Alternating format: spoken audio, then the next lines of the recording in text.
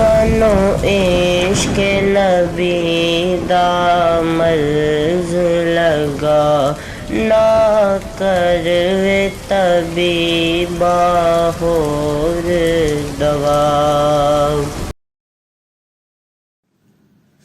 بسم اللہ الرحمن الرحیم۔ آج ہم آپ کو حضرت لقمان رحمۃ اللہ علیہ کی زندگی کے واقعات کے بارے میں بتاتے ہیں۔ بنی اسرائیل میں ایک بزرگ گزرے ہیں جنہیں لقمان کہا جاتا ہے۔ آپ حضرت ایوب علیہ السلام کے بھانجے تھے۔ تقریباً 1000 برس عمر پائی۔ آپ نے حضرت داؤد علیہ السلام کا زبانہ نبوت پایا تھا، ان سے ملاقات بھی کی تھی اور علم بھی حاصل کیا۔ آپ حضرت داؤد کی بعثت سے پہلے فتویٰ دیا کرتے تھے۔ حضرت داؤد کی بعثت کے بعد فتویٰ دینا بند کر دیا اور فرمایا، حضرت داؤد کی بعثت کے بعد اب مجھے فتوے دینے کی ضرورت نہیں رہی۔ ایک قول یہ بھی ہے کہ آپ بنی اسرائیل کے قاضی تھے، مصر کے رہنے والے تھے۔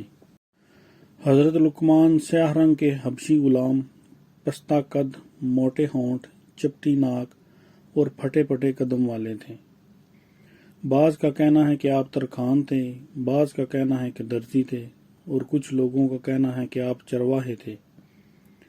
بعض واقعات سے پتہ چلتا ہے کہ آپ نے دربانی بھی کی ہے، اور بعض سے پتہ چلتا ہے کہ باغ کے مالی رہے۔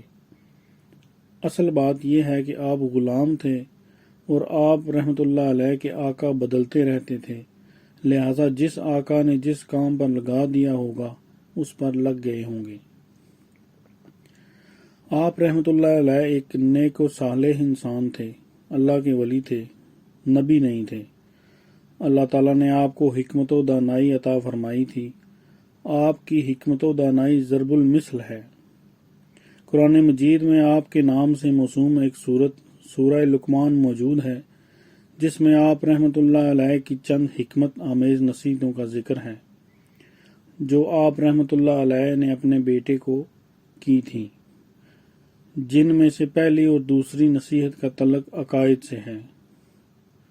پہلی نصیحت یہ ہے کہ بیٹا، اللہ کے ساتھ کسی کو شریک نہ ٹھہرانا، کیونکہ اللہ کے ساتھ کسی کو شریک ٹھہرانا ظلم عظیم ہے۔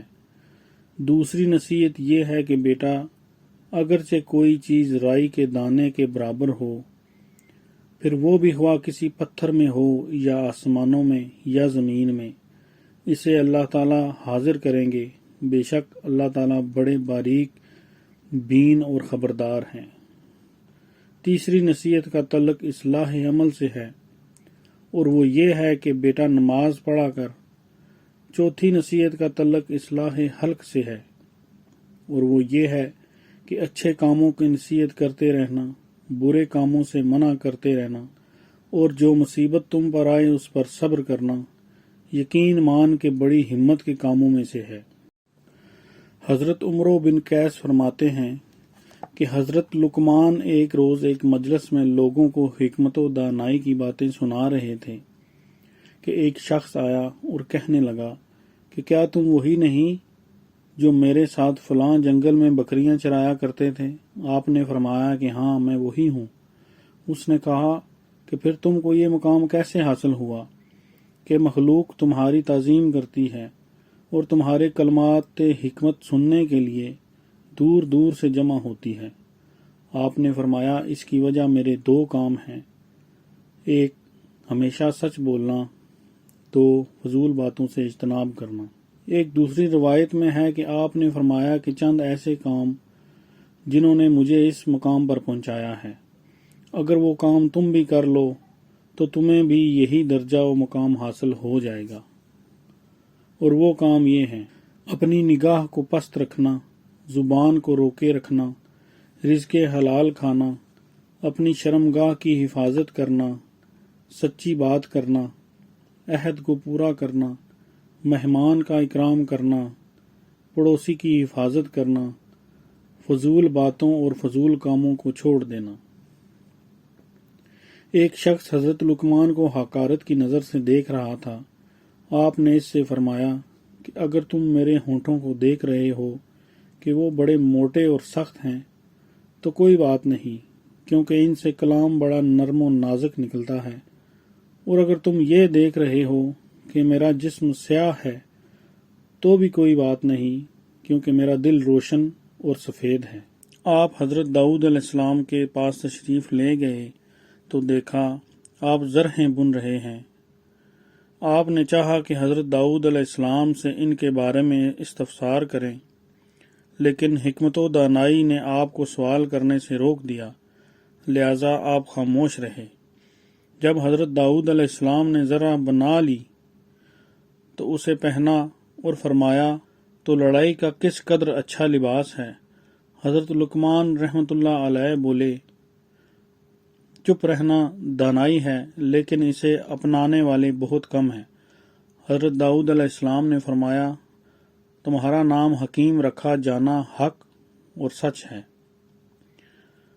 سید التابعین حضرت سعید بن مسیب کے پاس ایک سیاہ فام شخص مسئلہ پوچھنے آیا۔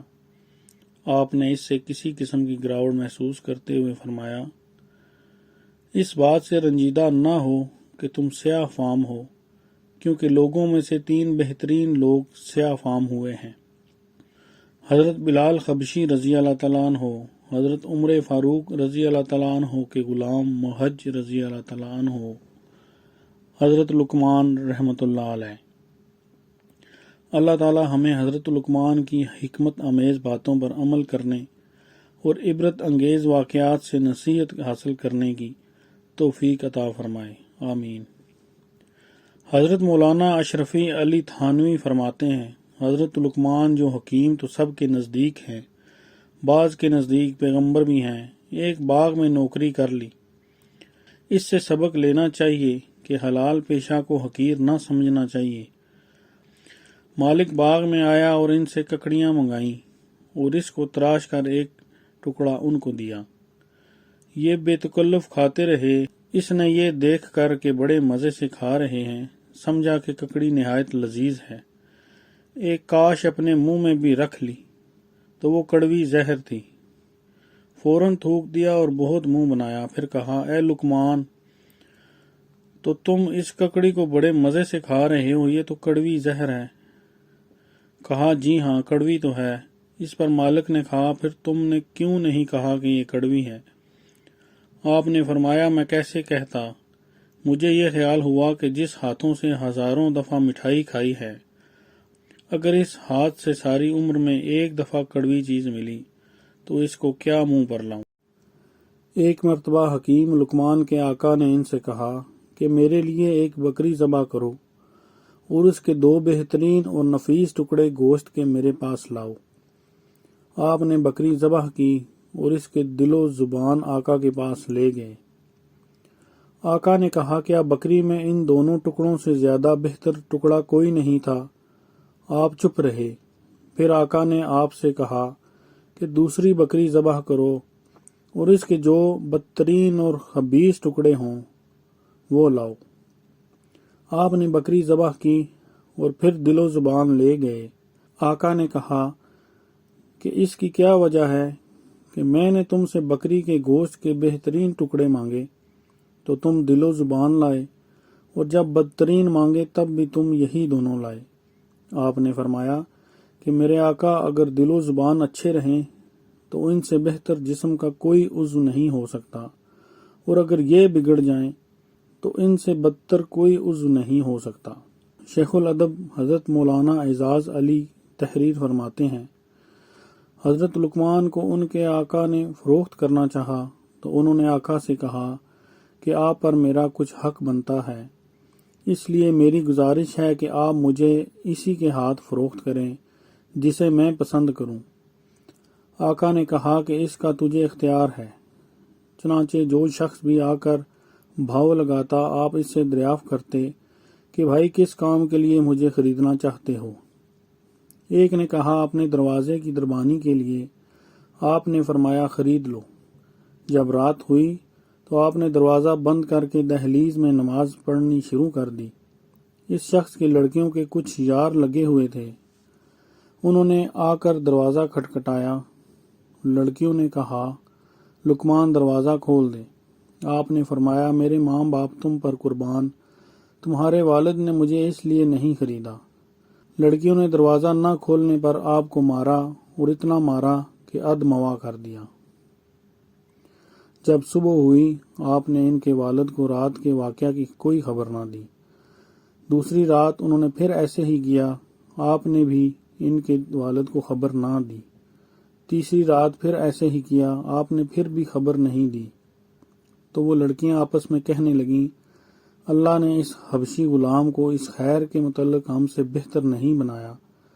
راوی کا کہنا ہے کہ وہ لڑکیاں ایسی نیک و پارسا ہوئیں کہ بنی اسرائیل میں ان سے بہتر کوئی لڑکی نہ تھی۔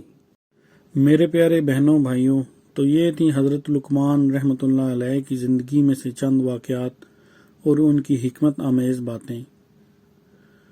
تو اگر آپ کو یہ ویڈیو پسند آئی ہے تو اسے لائک کیجئے، شیئر کیجئے اور میرے چینل کو سبسکرائب کیجئے اور بیل آئیکن کو ضرور پریس کیجئے تاکہ آنے والی ویڈیو آپ کو بر وقت مل سکے۔